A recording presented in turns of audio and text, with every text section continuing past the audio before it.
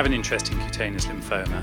I worked for 15 years in an institute in London, which was a tertiary referral hospital, which means we get referrals from all around the UK for these diseases. I then moved 2 years ago, as Susan alluded, to Portugal and now work at a national referral centre in that country, in Lisbon. So I have quite a lot of experience in this field. A few things I want to outline at the beginning. Firstly, there are some clinical pictures during my presentation. I'd like to reassure you that everyone who is portrayed has given due permission for that. Secondly, and I want to stress this, I'm talking generically. It does not mean that everything I say will apply to you as an individual, and I think that's important. If you have specific questions, without wanting to evade any responsibility, they have to be directed to your primary physician. I am talking generally. Not least because cutaneous lymphoma is not a disease. It's a group of diseases, and they're very different. The other thing is, occasionally I can be a bit flippant when I get into my stride. That's just my mode of presentation, and I certainly do not mean to pay any disrespect to sufferers with these awful conditions. It's just my style, so I wanted to get that out of the way. I've assumed, wrongly I know, but I have assumed that everyone here knows nothing. That will not be true. There'll be some people who have a background in the sciences of biology, and this will be very basic. There are some that don't and have had these diseases for some time, have researched them, and know a lot about what I'm saying. But I think it is prudent and fair to assume nothing. And I have therefore pitched my presentation accordingly. So if this does seem basic to some of you, please bear with me and understand why I have done that. This is what I wish to cover. It's very basic, 3 things. What is cutaneous lymphoma? How does a pathologist diagnose it? And how can our understanding of the pathology help direct treatment, many of the treatments that many of you will be on? There are some subsidiary questions that this will inevitably also involve. What is cutaneous lymphoma? Why does it happen? How does a pathologist diagnose it? What do I actually see under the microscope? What does it look like? And why, and I picked this up before lunch and I pick it up every single time you speak with patients. Why was my cancer not diagnosed earlier? Why was it delayed? Why is it difficult? So, why does it happen?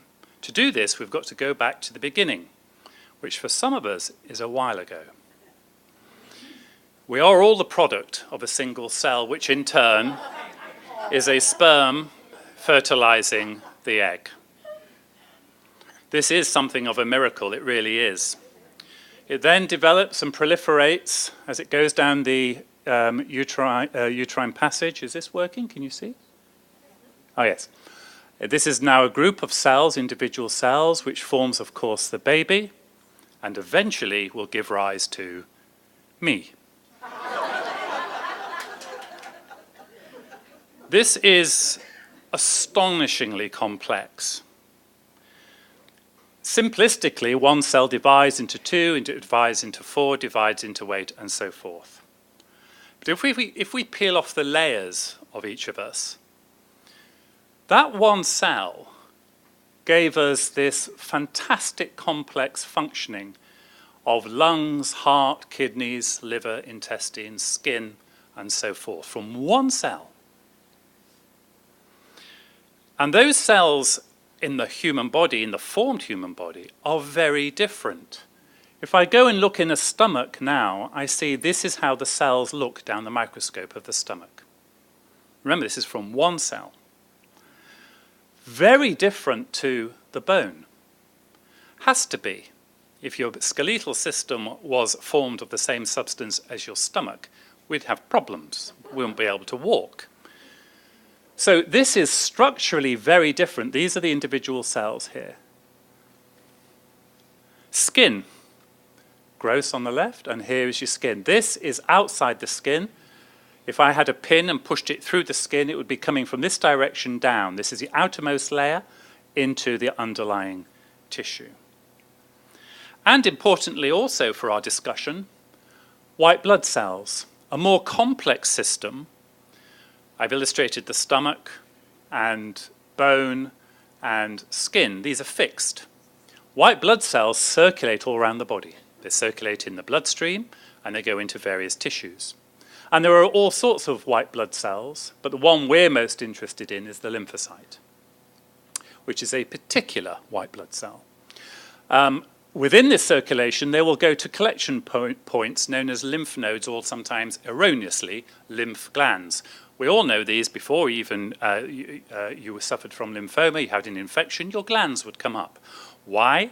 Because these cells are proliferating to try and combat the infection. Here is a circulating lymphocyte in the bloodstream. This is the function of the white blood cell, the lymphocyte. Here is a lymphocyte, and you know probably already there are B lymphocytes and T lymphocytes. So there are subsets of this group of blood cell.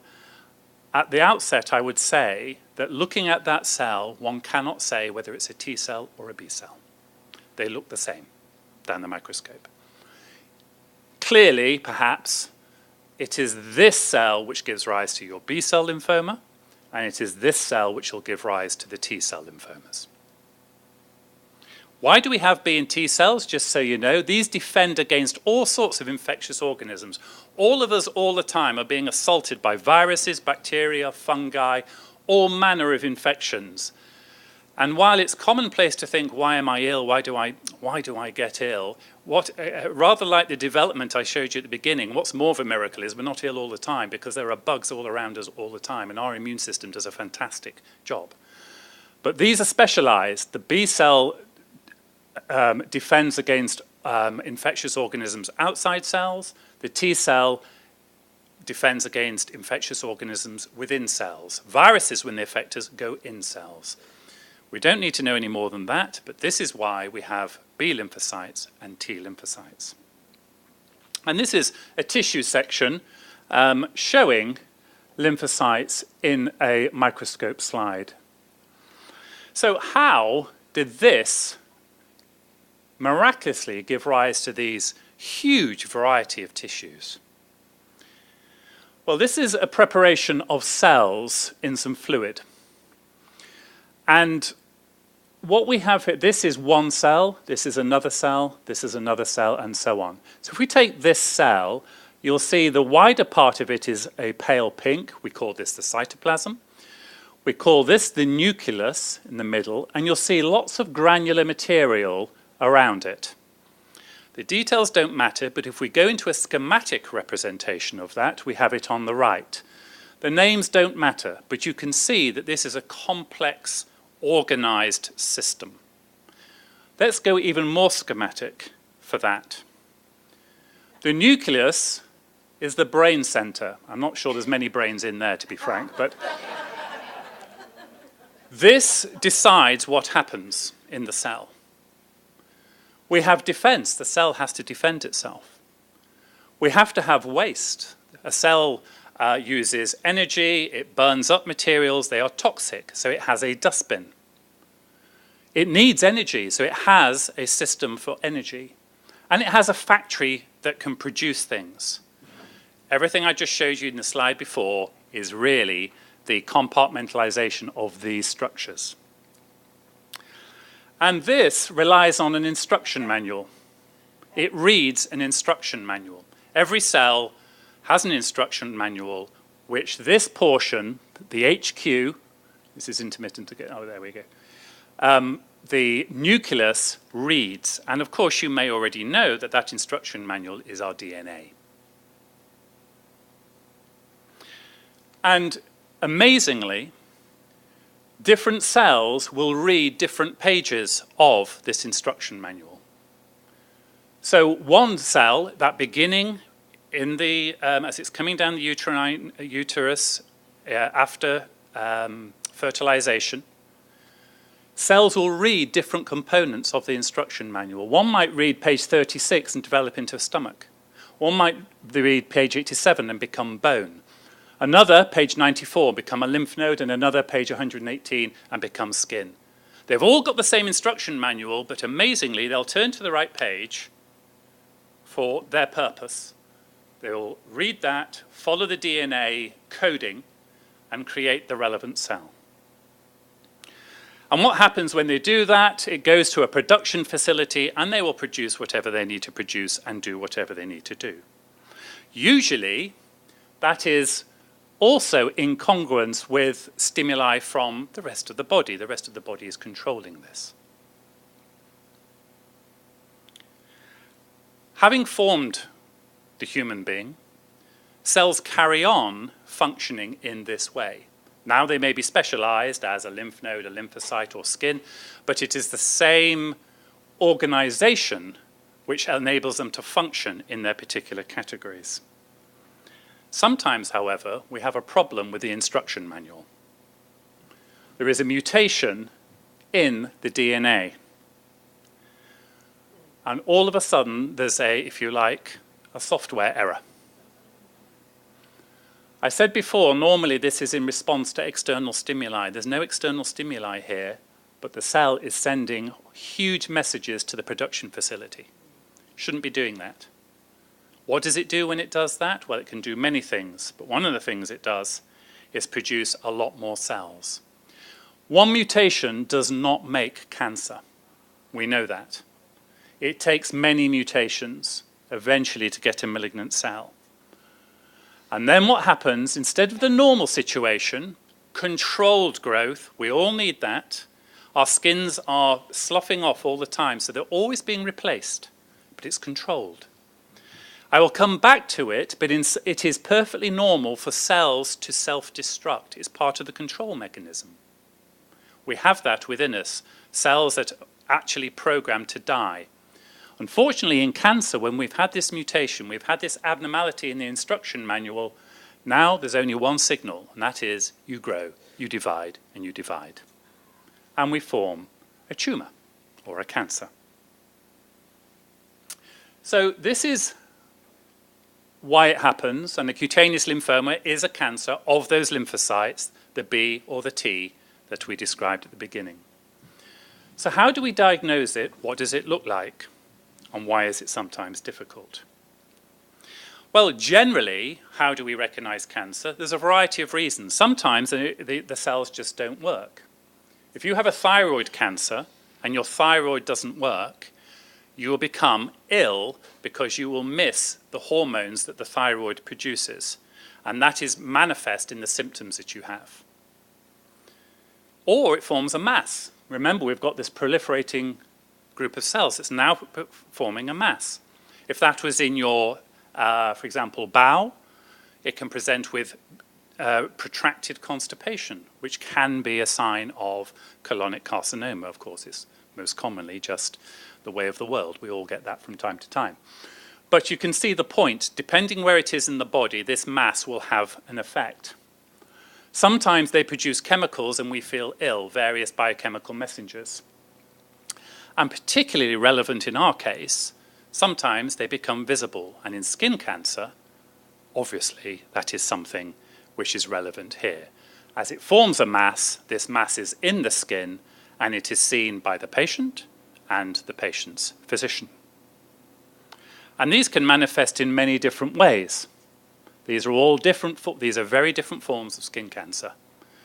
But these lymphocytes are proliferating, forming a tumor mass on the skin surface, and so the patients clearly see this, and they go to their physician. What do I do? How do I fit in? Well, I'm a dermatopathologist. Derm is skin. I'm sure most of you knew that. Pathology, logos, is study, hence we have all the ologies, biology, sociology, and so forth. Pathos is disease. So I study diseases of the skin, and I use a microscope.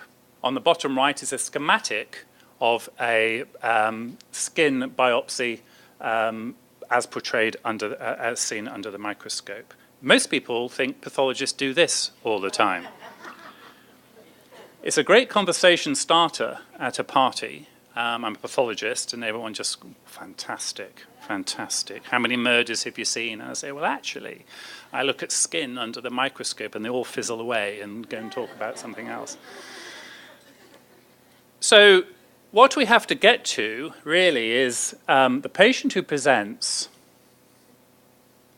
this is going to dog me, on the left, presents to the physician, and then a sample is taken for me to look at on the right. How that happens is relevant to some of the points we've made earlier in the day. So this comes down with a specimen pot with your biopsy in from the skin, labeled, hopefully. A request form in which the physician will write, I think this is mycosis fungoides, or I think this is a B-cell lymphoma. Quite often, it'll be query mycosis fungoides, query eczema. There's a differential diagnosis. It's not always clear to the physician. We then take that skin biopsy. This is the sample of skin. Just to give you some sense of scale, this is about 3 centimeters. This is not actually from a lymphoma, it's just illustrative. And usually a skin biopsy in lymphoma is smaller than this. We cut through it and we take slices of the skin. This is after it's been fixed in formalin for a variety of reasons, which I won't go into.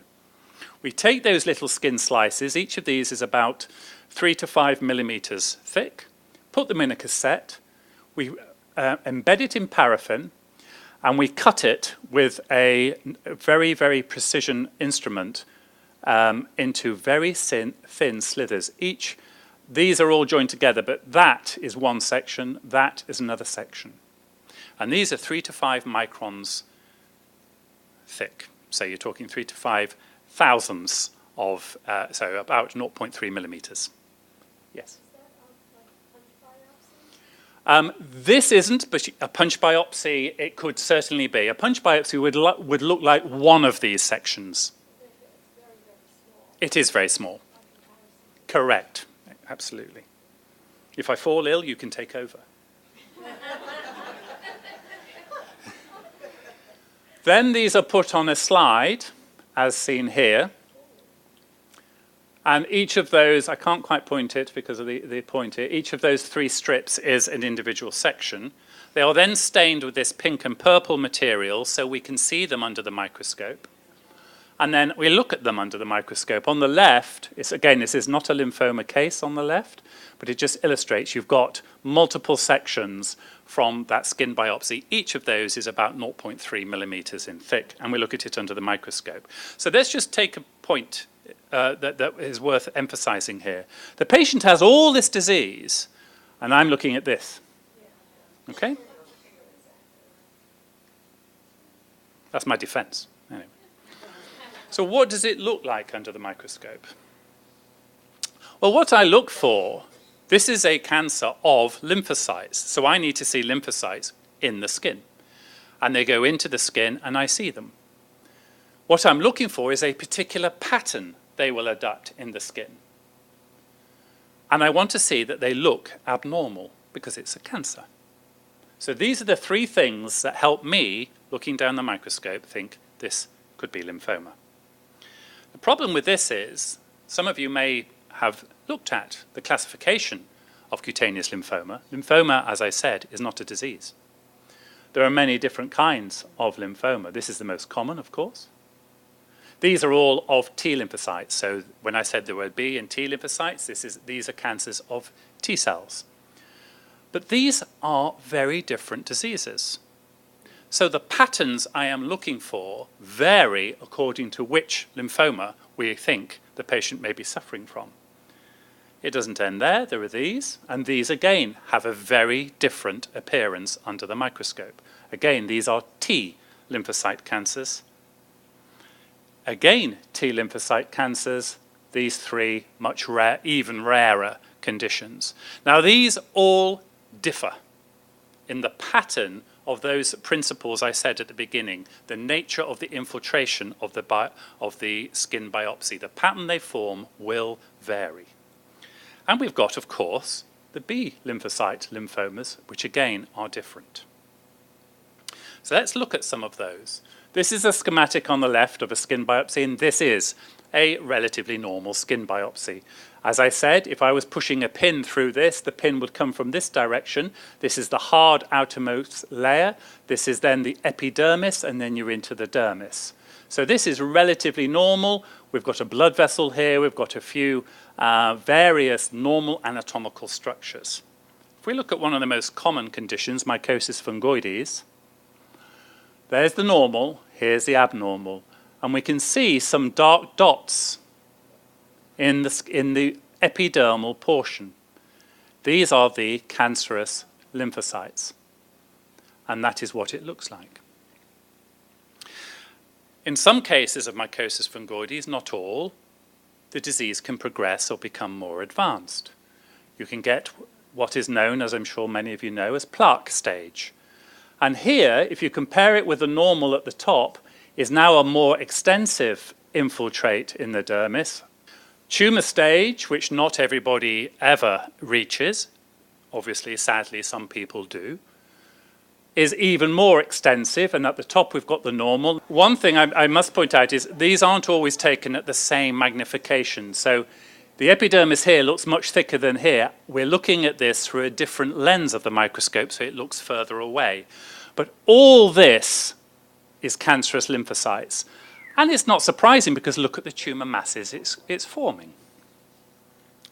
Here's a B-cell lymphoma. Clinically looks very different, normal skin, and this is forming nodules. Looking at the pattern, we talked about the pattern. The pattern of those first biopsies, those lymphocytes were going up into here, forming those little groups.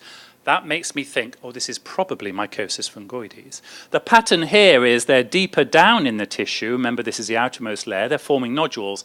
This is probably a B-cell lymphoma. But I said that individual cells, if I look at them, I can't tell whether they're T or B lymphocytes. But the pattern is giving me a clue. You mean you have to tell from other things? Correct, I'm coming to that. Absolutely right. As if on cue, I didn't plant that question. I said there were B and T lymphocytes, and I cannot tell them apart. But we do know, going back to the cellular machinery, that cells, this is a spherical representation of a cell. And look at all these things sticking out. They have many proteins on the surface, and that identifies the cells. And they are particular to the kind of cell. So we can use antibodies staining the original section that was taken from your biopsy, apply them to the tissue, and see whether or not these cells express particular proteins. So some proteins are only expressed by T cells. So I put an antibody on the section. Does it label these cells? Some are only expressed by B cells. So I stain the slide, the same section that we took for your biopsy, with a marker, an antibody, which only reacts with proteins from a B cell. And we see if it binds. How do we know if it binds? Because attached to the antibody is a dye. And if it reacts, it turns brown. So here, the antibody, there's brown, all these cells have turned brown with my antibody to a protein which I know is only expressed by T cells. This must be a T cell lymphoma. This one has reacted with an antibody that only reacts with a protein expressed by the B lymphocyte. So this must be a B cell lymphoma. It's turned the cells brown. What would happen if I did it the other way around? Sorry, there's a formatting issue here. If I put my B cell antibody on this, which we know is a T cell lymphoma, it doesn't react. So what we do in any biopsy, we have a panel of antibodies which we then apply to your biopsy, and it tells us, is this a B cell or a T cell lymphoma? It's more complicated than that. There's a huge number of these proteins. Complex though it is, the principle is the same, and the principle is straightforward. So when it comes to the diagnosis, it is multiple pathways that are involved in making this diagnosis. patient has to be seen by a dermatologist. And the dermatologist is skilled in assessing how the rash looks, how the tumour looks, and making a diagnosis. I think it's this particular condition. Similarly, once the biopsy is taken, the pathologist will look at that pink stain slide and say, well, I think this is a T-cell lymphoma or a B-cell lymphoma, and I think it's this particular T-cell lymphoma or B-cell lymphoma. But they will then apply a whole range of those antibodies to those markers which I just alluded to, which will enable a more precision diagnosis. And the diagnosis of cutaneous lymphoma, actually any lymphoma, is a product of these three things. And someone said quite correctly on the panel prior to lunch, the clinico-pathological correlation. Haven't got time to go into detail, but it is counterintuitive to many pathologists, let alone sufferers of the condition, even pathologists, that sometimes I can look at a particular condition and say, I think it's this lymphoma, and the clinician can override me and say, that doesn't make any sense. The clinical is this. Okay, that's fine. Then this is the diagnosis. That dialogue is absolutely essential. So why is it sometimes difficult? Well, we said this is how I make a diagnosis. I see lymphocytes coming into the skin. They have a particular pattern in the skin on the biopsy, and they look abnormal. The problem is, lymphocytes going into the skin occurs in all sorts of inflammatory conditions of the skin. And I can tell you now, they are hundreds and thousands times more common than lymphoma. The particular pattern can also be mimicked by inflammatory conditions. This is, for example, the differential diagnosis. The other possibility is that mycosis fungoides can be when I'm looking at the biopsy. This is not exhaustive. And each of these can form a reaction pattern which is similar to the process, the pattern I showed you in the original slides. Here's an example as a comparator. So here was the lymphoma we saw earlier, and I pointed out these lymphocytes going into the epidermis. These are neoplastic. This is mycosis fungoides. But we've got the same here. These are lymphocytes. But this is an inflammatory condition, common on the genitals, also off the genitals, and it looks very, very similar. And it's more common than lymphoma. I said that characteristic of mycosis fungoides is these aggregates, so-called portrait microabscesses in the epidermis. A bit like that, which is a completely benign condition called chronic superficial scaly dermatitis. A bit like this, which is a benign condition, it's actually a chronic reaction to sunlight, so we don't see much of it in London, I can tell you. But look at the similarity. And we said that also the lymphocytes appear abnormal, but in early lymphoma, and many patients will present intuitively at the beginning of their disease, the cells don't look that abnormal. Conversely, sadly, some inflammatory conditions can have very atypical and odd-looking lymphocytes. Remember I said, for a cancerous cell to form, it goes from normal to cancerous through many mutations. You might have already thought, well, hang on, what does that mean these are? And actually, benign to malignant is a process. It's not an absolute black or white. Here's a normal lymphocyte I showed you earlier. This is a slightly atypical lymphocyte. This is more atypical, and these are cancerous. So this is a process. When is it cancer? When's this blue and when's it black? Making a diagnosis is not a fact. It's an opinion. If we took hemoglobin from some of you here today and it was 8, don't have to be a consultant hematologist to say you're anemic, because your hemoglobin should be this. Potassium, if it's 8, you're hyperkalemic. You shouldn't have a potassium of 8. But the biopsy is an interpretation. I teach juniors. Junior doctors have to appreciate this as well. They often don't, particularly surgeons. The best analogy I can give for pathology and what I do is if I asked you all to sit down now and write with a pen and paper your interpretation of this Renaissance painting, I wonder what we'd say. Is this a governess or a mother?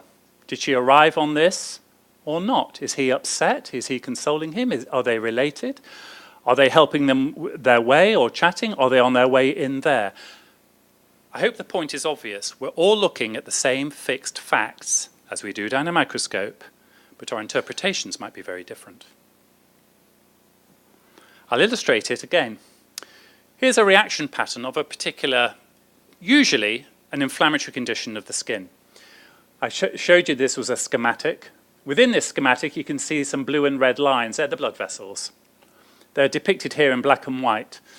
A common reaction pattern I see in skin diseases is inflammation around these blood vessels.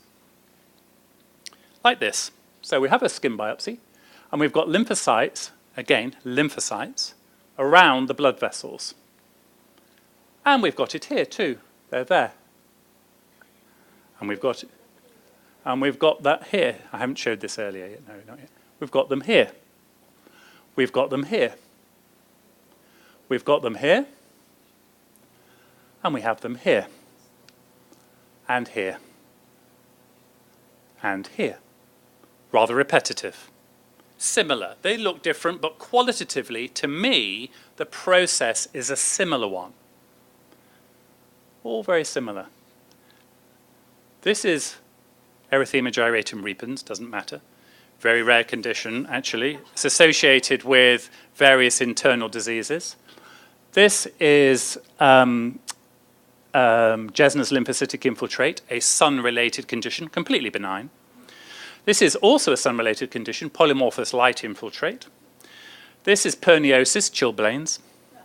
This is due to an infection, which is important, can cause neurological damage, need to identify it. It's easily treated when you have. But again, it's a similar process. This is an inflammatory condition also associated with a variety of autoimmune diseases. This is a superficial fungal infection, which can be treated with a simple cream. And this is a nasty lymphoma. So all those had a very similar pattern and were very different diseases. And this is why, and this is the bane of a bit of tension between sometimes clinicians and pathologists, we have a variety of terms. We'll say, oh, it's diagnostic of, or we'll say, look, and you may have experienced this. Well, the biopsy is suggestive, but it's not proof. It's consistent with the well, what does consistent mean? Are you saying it is or it isn't? Raises the possibility. I mean, this is truly lily-livered, isn't it? Not inconsistent with. But these are for a purpose, and perhaps you'll understand from what I've illustrated previously why reports are often nuanced. Because one of the tenets of pathology, which is correct, is you have to be very certain before labeling someone with cancer. The burden of proof has to be, I can show this and say, I don't care what you say. As someone said to me very tellingly, you have to be able in a court of law to say, I'm sorry, judge, that's lymphoma or cancer. And you know the consequences for your lives. It's no joke. You don't play with it. You have to be certain. I'll illustrate it. If we were on a hospital that was dealing with urban landscapes, we had a load of cities on the ward, and they took a biopsy and they said, is this New York? And they sent it down to me. Remember, I'm only looking at a bit of it. Remember? 0.3 millimeter section of a portion of skin. So I only see a bit of what could be New York. Well, it's not inconsistent with New York, is it? And if you think that's a bit defensive, that is inconsistent with New York. Well, we're getting a bit more now. It's very suggestive of New York, raises the possibility of New York. Now we're getting somewhere. Definitely consistent with New York. Well, I think now we're wholly in keeping with New York. And that is pathognomonic of New York. Each of those revealed more of a picture. That is why sometimes we need more biopsies, or we need to see more, because we're looking at a snapshot and it's an interpretation. So when you get query MF, I'm afraid it's not just yes or no, it is maybe, and that is the prudent thing to say sometimes. And it is the safe thing to say. For as many of you here who may have had a delayed diagnosis, and I can't imagine what grief that can cause you, if we were more gung-ho, that would mean there'd be another 20,000 people who have eczema who have been told, oh, you've probably got lymphoma. And you can't do that. So these are rare. Let me put it into context again. I said I work at referral hospitals. Before that, I worked at Oxford, big academic centre. You may have heard of it in the UK. That wasn't meant to be flippant. I don't know. And we would see MF, the most common of the cutaneous lymphomas, every 3 months. So you're working in the sticks somewhere. You will see it once every 2 or 3 years, and you're seeing eczema every day. And look at the difficulties that how they can mimic. And often we will get patients referred in. They say that they were first presented 8 years ago. Here's all the biopsy. They've had 7 or 8 biopsies. And of course, if you are someone interested in the field, like myself, sometimes you look back and say, well, actually, we could have made the diagnosis then. Sometimes that happens. That does not mean the pathologist was incompetent. You just have to put it into perspective. But sometimes, despite all we see, I have the same problem, and I'll say, I can't make the diagnosis until this biopsy. It is quite common, therefore, to have a delay, and at the moment, it is true to say, however distressing that is, we have no evidence whatsoever it alters the outlook, which is a good thing. So finally, how can pathology help direct treatment? Well, we've talked already about this schematic. It's I know you fully understand this is a gross simplification. Even this is a gross simplification, but there is so much talk between these different compartments. The machinery of the cell is phenomenal. Signals coming in and out, inhibitory, stimulatory, all sorts of complex interchange. Just to give you an example, just one portion of this, some aspects of the biochemistry are here. All different molecules, different signaling, it's incredibly complicated. And one aspect of that is here.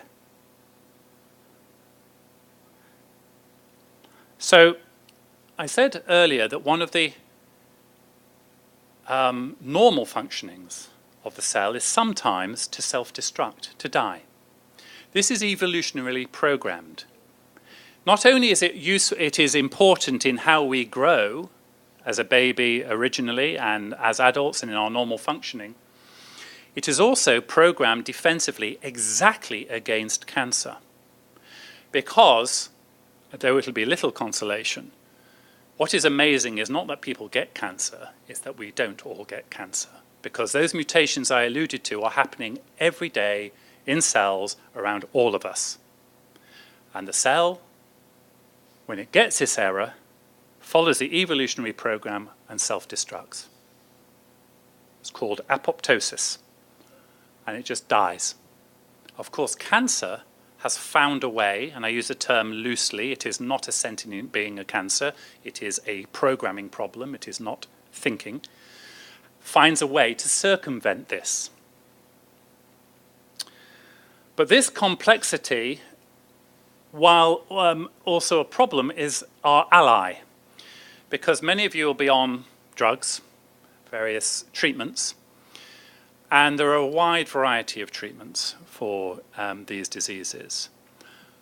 But these aspects of cancer, which I've alluded to, illustrate how some of these work. And as we understand more and more of the mechanisms of these lymphocytes becoming malignant, so we get a better handle of an angle to attack them. So for some of them, we change the biochemistry of the cancer cell. The cancer cell may have an abnormality, but most of the rest of the cell is working fine. It has to live. So we can interfere with that by disrupting some of these internal messengers, and some of the drugs you will be on do that, and the cell cannot survive.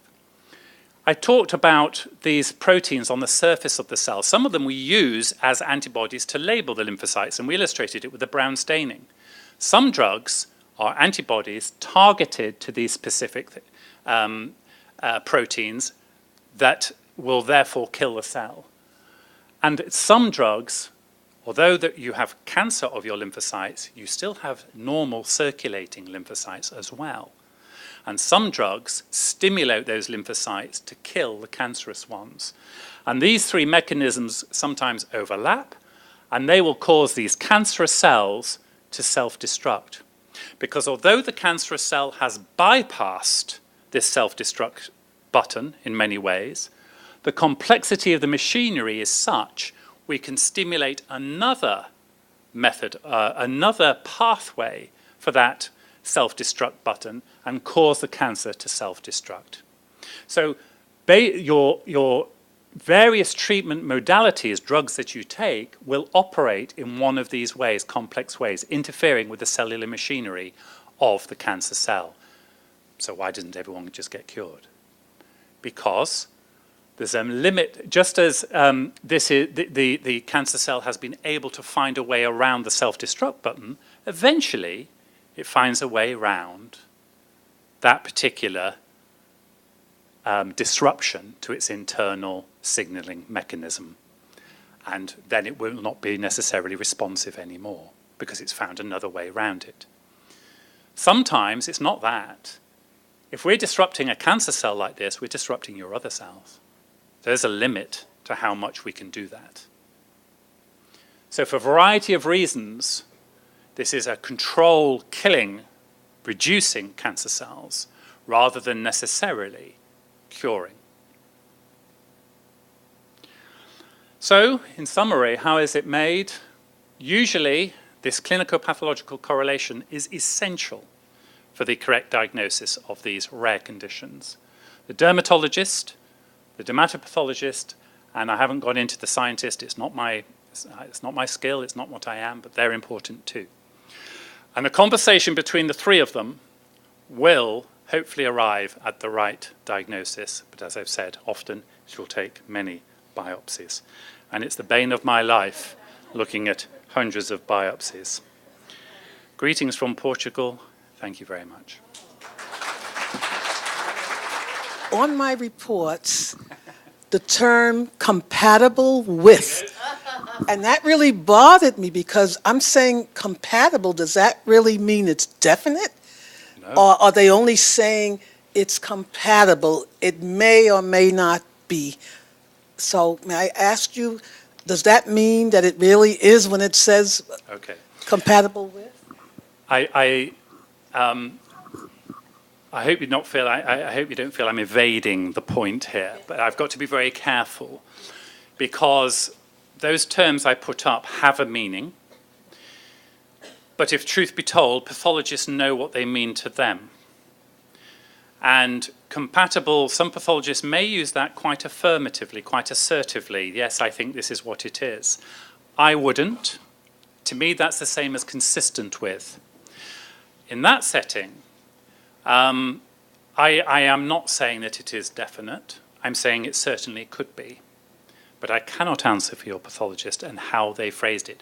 But that doesn't mean your pathologist is at all in any way not doing their job properly, because just as the clinico-pathological correlation is important, one of the reasons that is important is the clinician gets to know me and I get to know the clinician. They know what I mean when I say this. That's why you talk.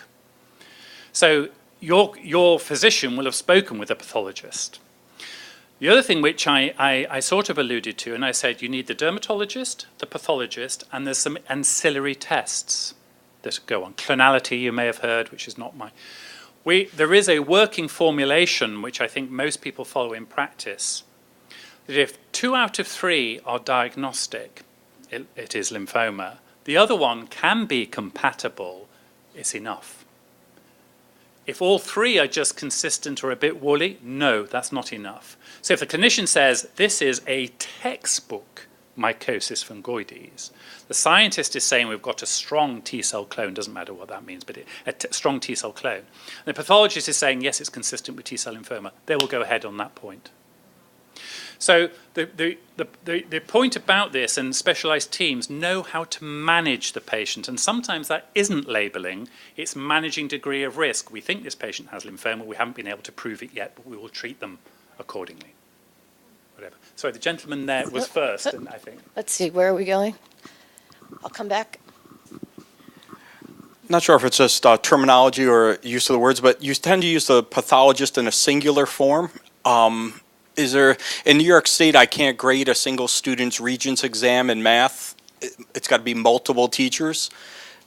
Do multiple pathologists look at something, or is it a single individual who analyzes it and moves on? Well, probably both of those have an element of truth to them. Certainly in difficult cases, the tumour board meeting and the multidisciplinary team meeting I talked about will be chaired by a particular pathologist. They are not necessarily the pathologist who looked at the original report. And that is, certainly in the UK, we have guidelines where you are meant to review cancer diagnoses. And so you will get multiple opinions. Part of the problem is, sure, in specialist centres, sometimes you have more than one person, but often, they're rare, you only have one or two specialists. And that's okay, because it's a bit like any other pyramid. They may be difficult, and then the specialist might say, no, this is fine, this is all lymphoma. I'm not sure about this one, but there's probably nowhere else to go anyone who's as experienced without, in the US, going to another centre in a different part of the US, in Europe, going to a different European country. To give you an example of it, you've had the World Lymphoma Conference the last few days. I know all the people there. We know each other.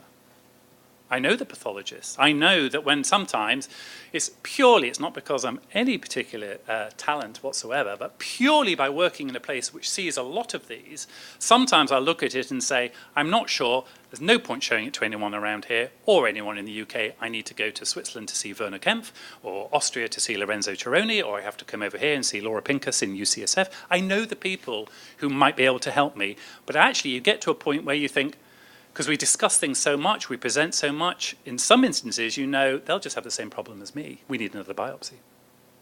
But I'm sorry, I tend to run on with the question. But your point is, in pathology, we do tend to show slides if we don't know the diagnosis. Sorry, the lady over here.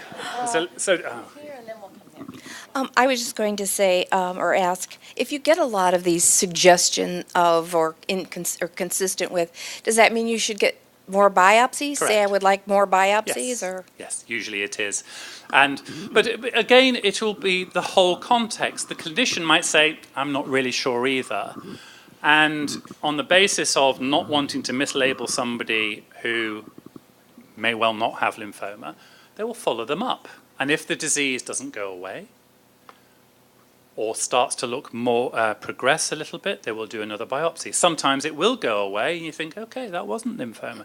So it's partly a management by the physician as well.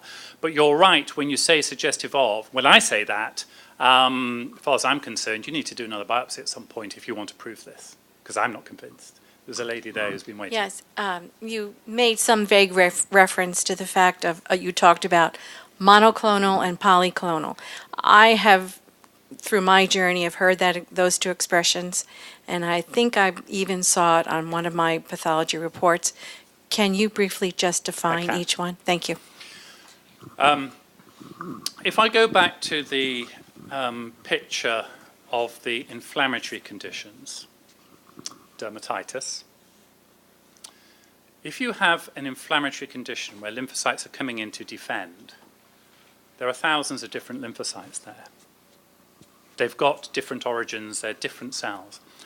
If you have a lymphoma, it was one single mutation in one cell, which is the parent of all the others. It is a clone.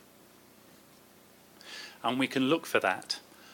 There are problems with it, there are all sorts of technical things, but the principle is, if on your biopsy there are 1,000 T cells, lymphocytes, And they find they are all from the same clone. They all came from one cell with a mutation. That is a clone. It is a neoplasm. It is therefore suggestive of cancer. I have to put a caveat here. As I'm sure you're all aware, everything is, nothing is quite black and white. So there are issues about that interpretation, but that is the principle behind it. I hope that helps. When you get a piece of skin or whatever, do you stain for T cell and B cell always, or is the B cell stain a default? No. It's absolutely right. The principles of immunohistochemistry is you apply a panel. For a variety of reasons, which again it's not necessary to go into, a T cell lymphoma might be negative for the T cell, one of the T cell markers. It can be sometimes because the cells are so abnormal they've lost that protein. So, but I then want to see a B cell marker to make sure that the B cell marker is negative. I don't know if that makes sense, but the successful interpretation requires a panel. And you then look at the if you like, the signature of that cell. What is it expressing? And I can work out whether it's a T cell or a B cell.